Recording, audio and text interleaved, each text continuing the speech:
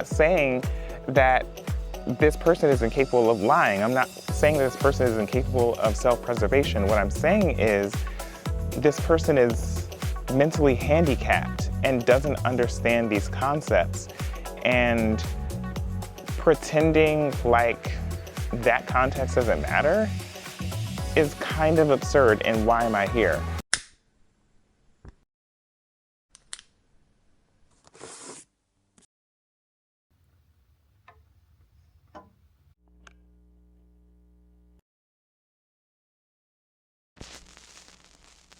I can't believe we're dancing in the street. All I ever wanted was to get close to you. Now I'm burning up in your atmosphere. I can't feel my feet while we're dancing in the street in the neon light. I let the music on repeat all through the night.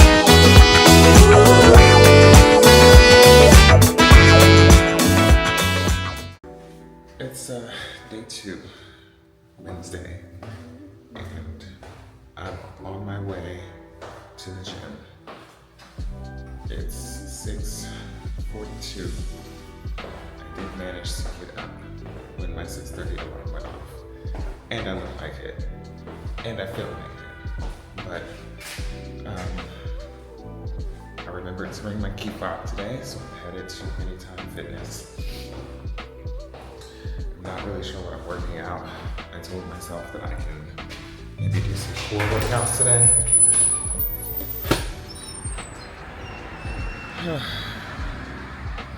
It's a little chilly.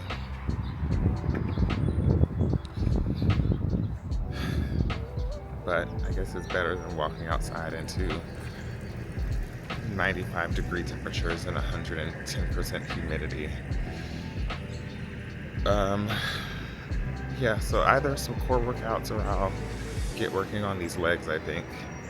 But also, I haven't been to this location before, so I need to see what the equipment looks like. I'll see you there.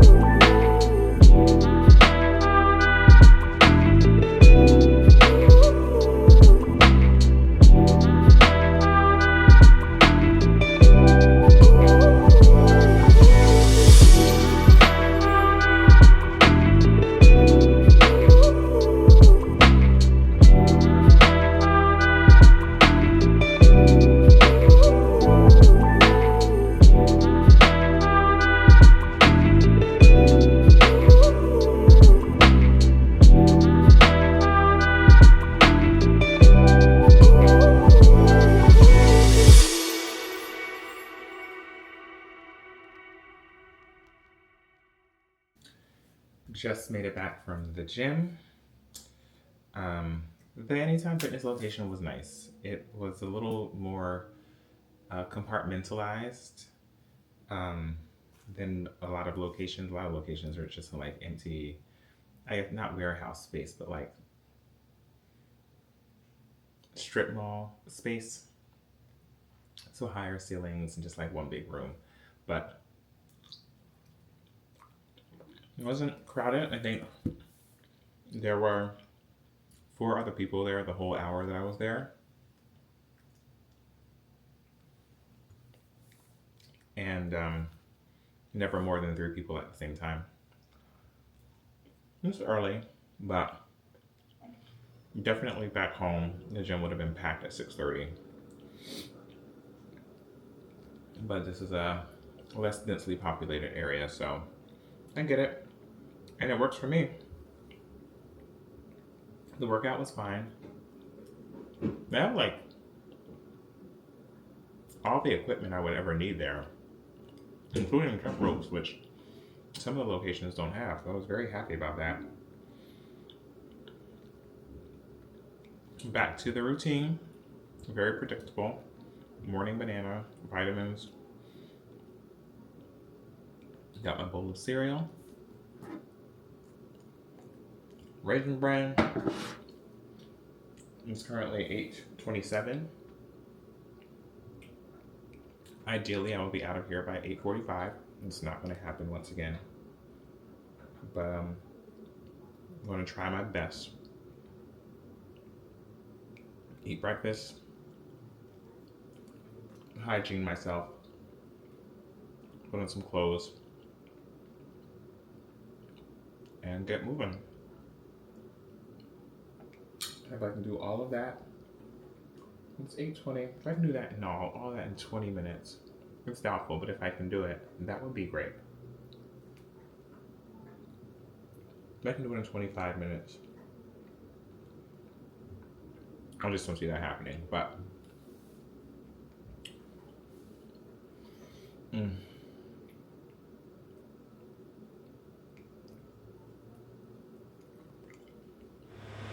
I made it to the library. It's about 9:30. I thought I was recording on my walk here, but I wasn't.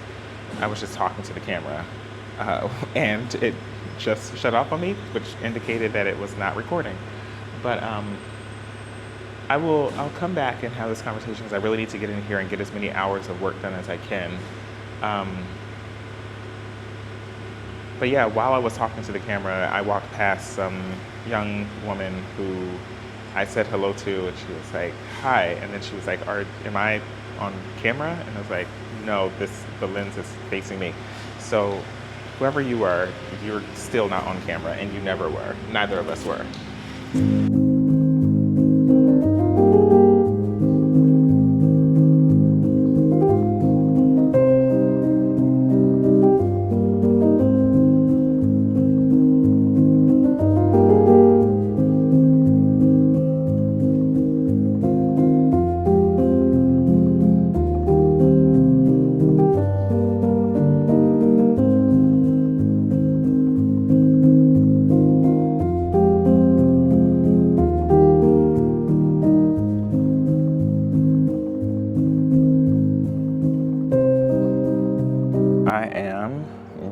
Done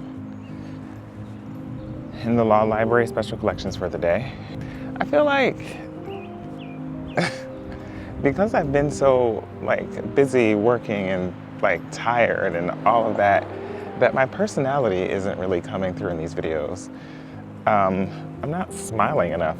But anyway, it was a good research day. Today I finished the Earl Washington papers and started on folders on David Allen Jones, who was exonerated for multiple murders, 4 murders and an attempted rape in the 90s in California. And it's just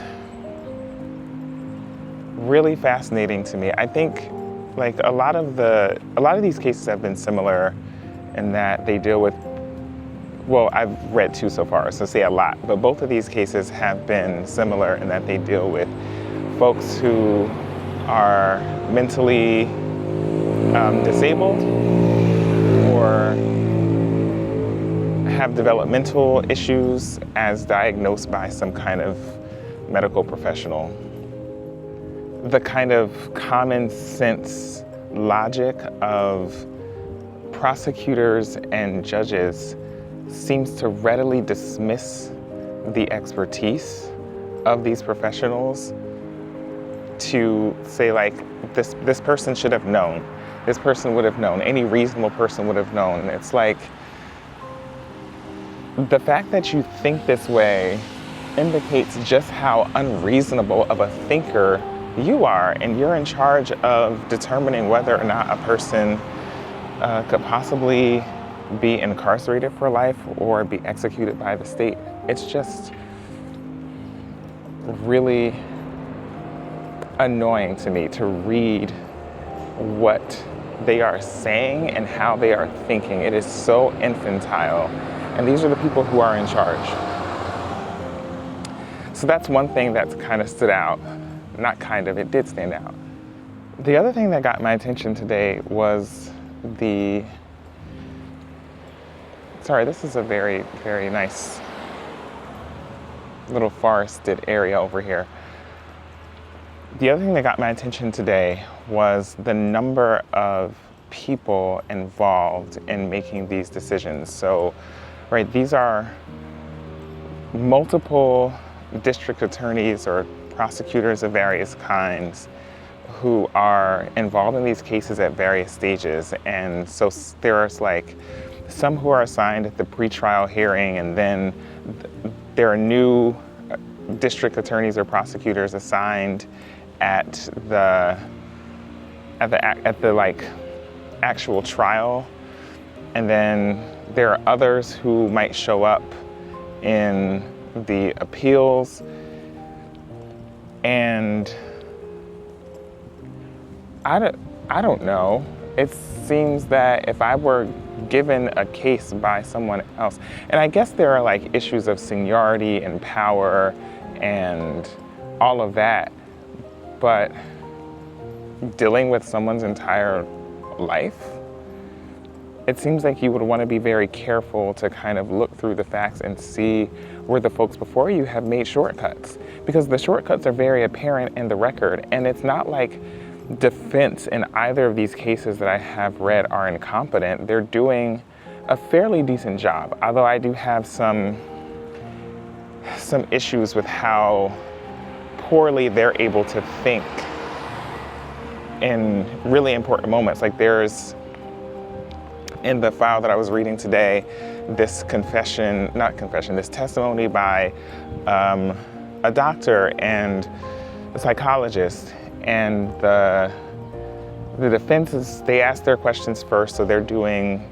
the direct examination, and then the prosecution follows up with their questions. And these questions are like, first of all, they're all leading questions. It's very, very annoying the ways that attorneys work. And I know some of it is how they have to work, but I feel like we could be training lawyers to be smarter than this. These are very unserious people when you pay attention to how they are trained to think. They are essentially building an argument in the form of interrogatives that are all leading questions for the most part. Usually they're not soliciting information they don't already know, and oftentimes are trying to ask very simplistic leading questions. Like, I say X, Y, and Z. Would you agree with that? Or I interpret this thing this way. Or if I said this like common sense phrase. Okay, so for example, right, we're dealing with the case of someone who has been judged by this mental health professional as being developmentally challenged. And so the defense talks to the psychiatrist on the stand, and it's like, okay, if a person would lie about being able to understand someone reading them their Miranda rights because they would want to protect themselves from the consequences of their negative actions, isn't that true? Wouldn't you agree with that? And it's like, yeah, a person would lie. And then the next question is, so it's not necessarily indicative that this person is mentally retarded if they don't understand or seem to not understand their rights. It's like, well, yeah, but that's not the point. Like, the point is that this person has been assessed by a professional that indicates, what do you mean? Of course, both of these things can be true at the same time. Or there's another example in this case where the judge actually questions the expert. And it's like, well, even if this person has a hard time understanding words or concepts like rights or waiving your right or something like that, wouldn't we saw in the videotape of the interrogation that the officer kind of dumbed these terms down and said, like, give up your rights instead of waive your rights. Would you agree that that is a simplification of waiving your rights? And it's like, yeah, right. So yes, I agree with these things, but you're not placing that in the context of everything else that I've been saying. And to the psychiatrist's credit, he kept bringing it back to that point. He was like, I'm not saying that this person is incapable of lying. I'm not saying that this person is incapable of self-preservation. What I'm saying is this person is mentally handicapped and doesn't understand these concepts. And pretending like that context doesn't matter is kind of absurd. And why am I here? And on top of that, right? But the expert isn't able to really elaborate that much, isn't able to kind of talk back to the court in that way. And the defense then doesn't follow up and say, like, okay, so you agree with all those statements, but what does it really mean? So those kinds of things, it really annoys me that, like, these are the people who are in charge and these are the procedures that they have created and this is the thing that's supposed to make sense, and absolutely none of it is objective and none of it is fair, and it's impossible for it to be objective and fair. And the fact that we pretend that it is, or that we're taught to believe that it is part of the trap. So that's just me on my little soapbox. Let me get walking back up this hill, because I wanted to come down and check out this park, or what's labeled as a park on the campus map. But really it's just like, let me turn this around. It's just like a baseball diamond, a track, and what looks like a football field or soccer field. I think I see soccer nets down there. Maybe field hockey or something. I don't know, but I'm gonna head back to the car. I'm thinking about going over to the rotunda today because I still haven't actually visited the main campus. But I will be going to main campus tomorrow to do research after I finish up. Well, I'm not gonna finish up. So the special collections on main campus, I mentioned before, opens later in the day. So I'm going to wake up still early and come back to the law library, do maybe 2 or 3 hours of research here before heading down to special collections on main campus. Because I got through another box and a half today, and I still have like a whole cart of boxes that I want to try to get through, which is going to be impossible. It's going to be impossible on this trip, but I'm really excited that I've been able to find what I have. But I mentioned earlier today that I kind of thought I was recording my walk to the library, and I wasn't. So let me revisit what I was thinking about this morning. So every morning generally every morning, not every single morning. Sometimes I just cut it off.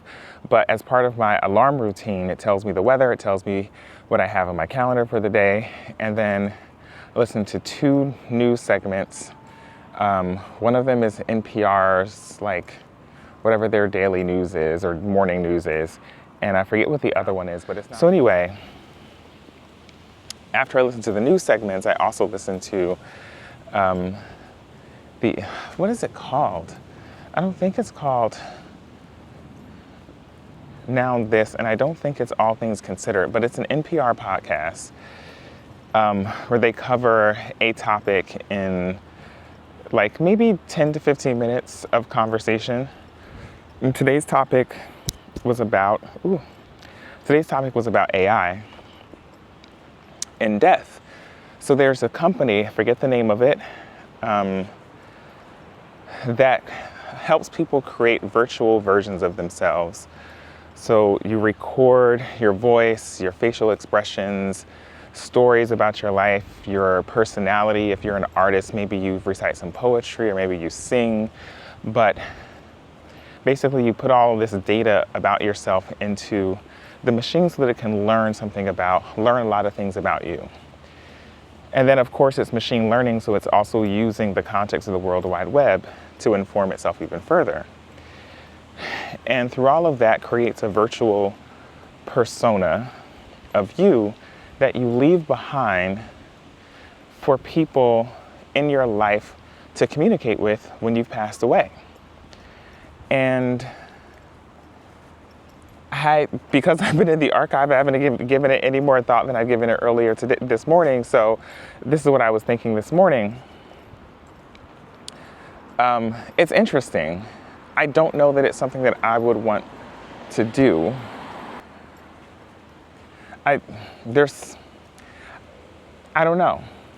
I thought about like, what would it be like to maybe have like loved ones who leave behind something like this that I could communicate with, and not so much communicate with, but like when I really think about it, it's like refresh my memory of who you are. Because part of the challenge, I think, even with like being alive but living far away from home, is that you have like these impressions. I shouldn't say you, I should say me, I have these impressions of people in my head, what they look like, what they sound like, what their laughs are like, but memory itself is a faulty thing, and then the more time we spend on this planet, the more, right, our memories are our mind is having to recatalog things and simplify things and all of that. So we're left with these impressions. And whenever I kind of revisit with folks, like the impressions aren't untrue, but they're such a small part of who people are. And I think this AI thing, after people have passed away, especially after people have passed away, can help kind of refresh the mind and the memory in a way that could, bring those good feelings we have when we're connected with the folks that we love.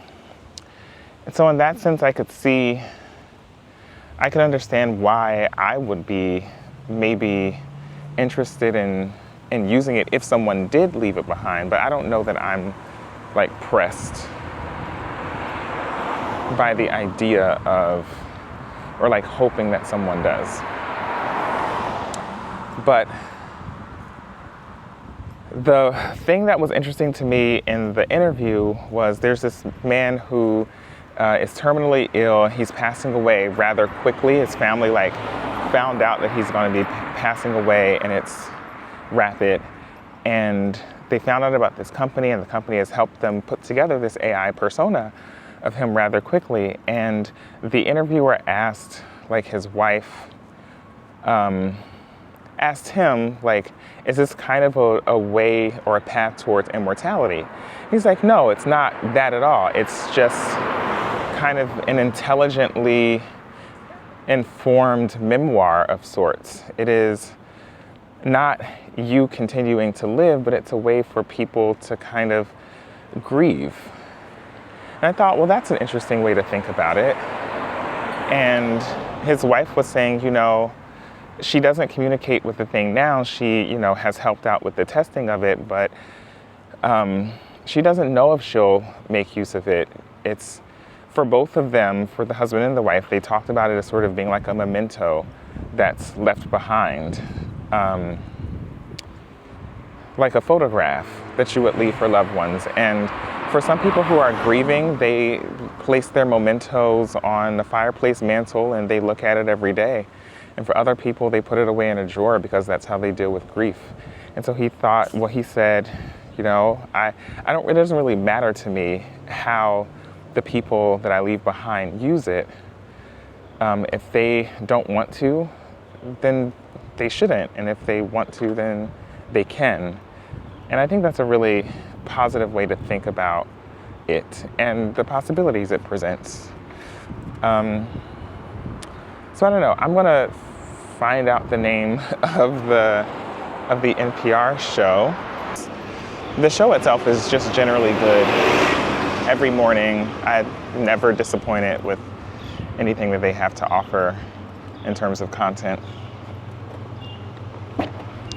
But we've made it back to the car, and I'm not sure what I'm doing with the rest of my day, but maybe I'll check out downtown Charlottesville, or at least drive through it. It's supposed to be pretty nice and maybe quaint. And if it is, then maybe we'll get some nice views too. So I just got in the car, and the final 2 seconds of the podcast was playing, so we know what it's called. It's Consider This by NPR. So if you are not a listener, it's very good, and it's only about 12 to 15 minutes in the morning, or whenever you want to listen to it, but I listen to it in the morning. Yeah, all right, it's time for me to take this hoodie off because the car is very warm, which is lovely, and get on the road.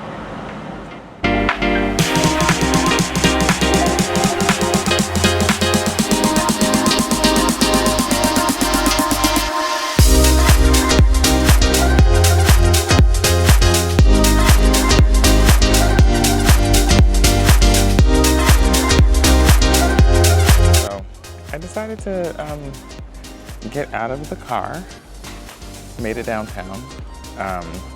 It's quaint. I think that it's a little bigger than quaint, but it's quaint.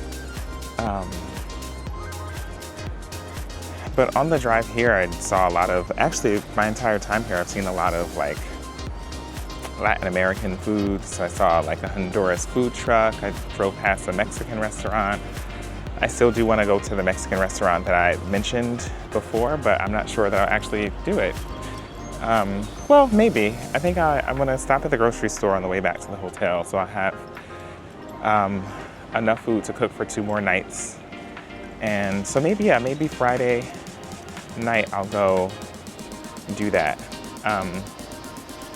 There is a happy hour at the hotel tonight, and I'm not entirely sure what that entails. I think the guy mentioned it's $5 wines or something. I don't know, but if I'm gonna waste the calories during this time of cutting, then I'm going to be doing it with something that is worth my while. And I just have a bad feeling that is not going to be it. But I'm walking up to historic Courthouse Square right now.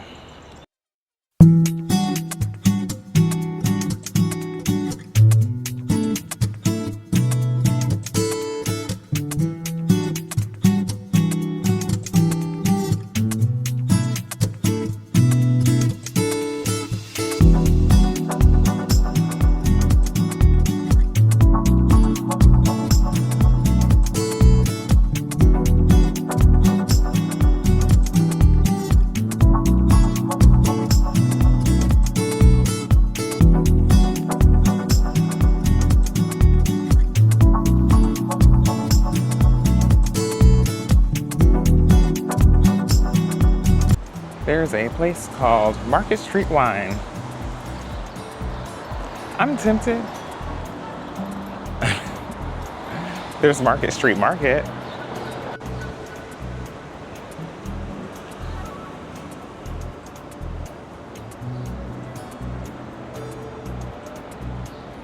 Now, why would you name your place Market Street Market? That's so funny to me.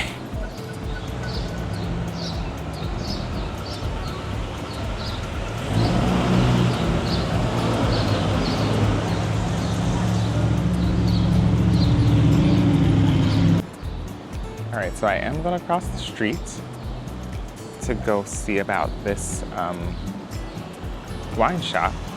I have no guarantee that it's open, but the building itself is pretty cool. Actually, it says open. The sign says open. So let's see. Voted Seville's best wine shop. Let's have a little adventure. Let's check it out.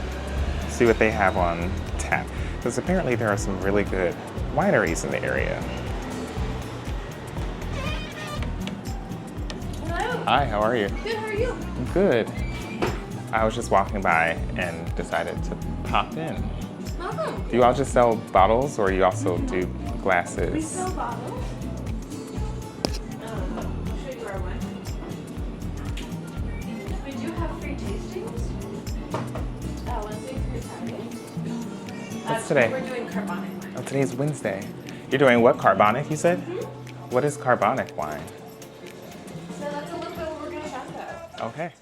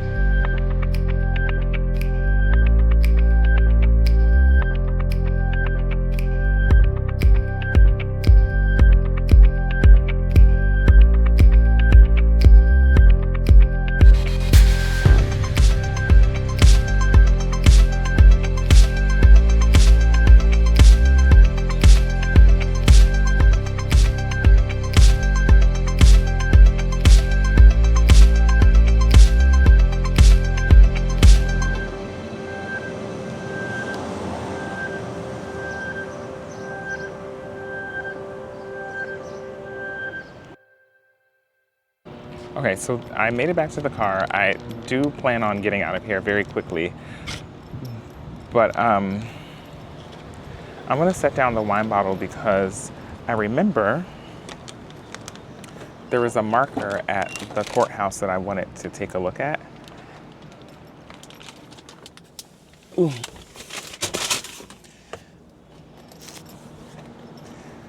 I'm just gonna drop the wine off here.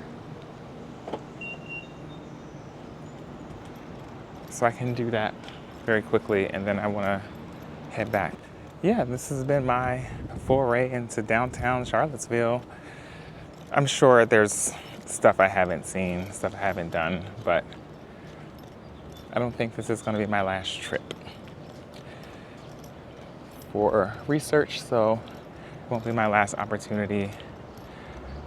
Like, I do wanna try some local restaurants.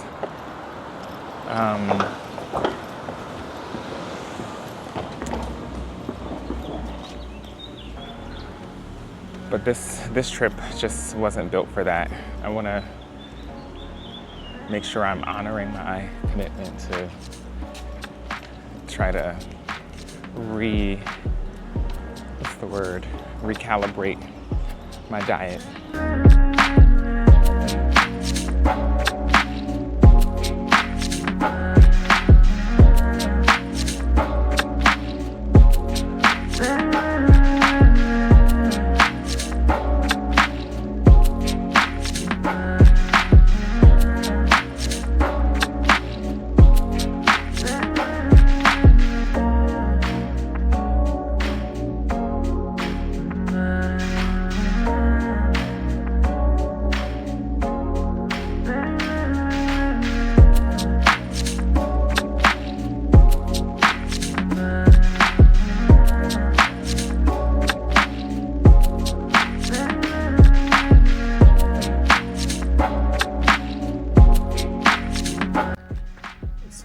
Check on the social hour situation.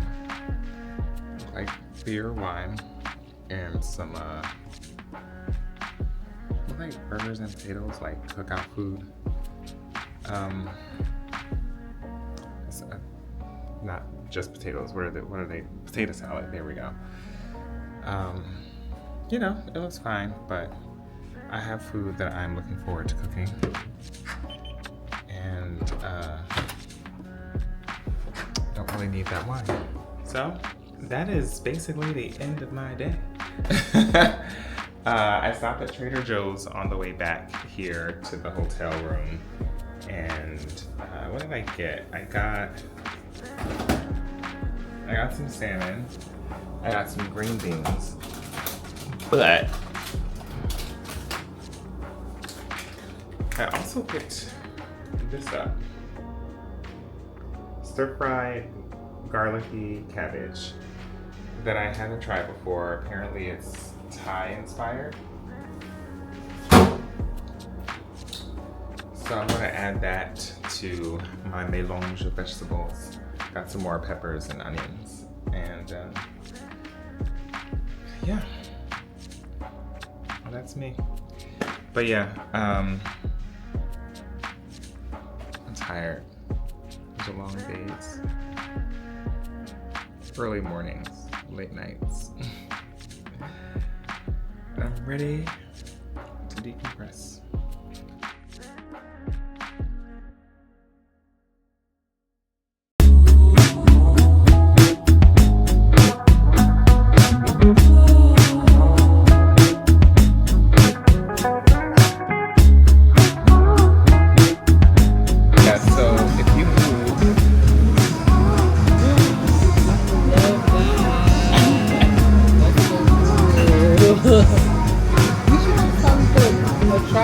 Like a video of me trying this.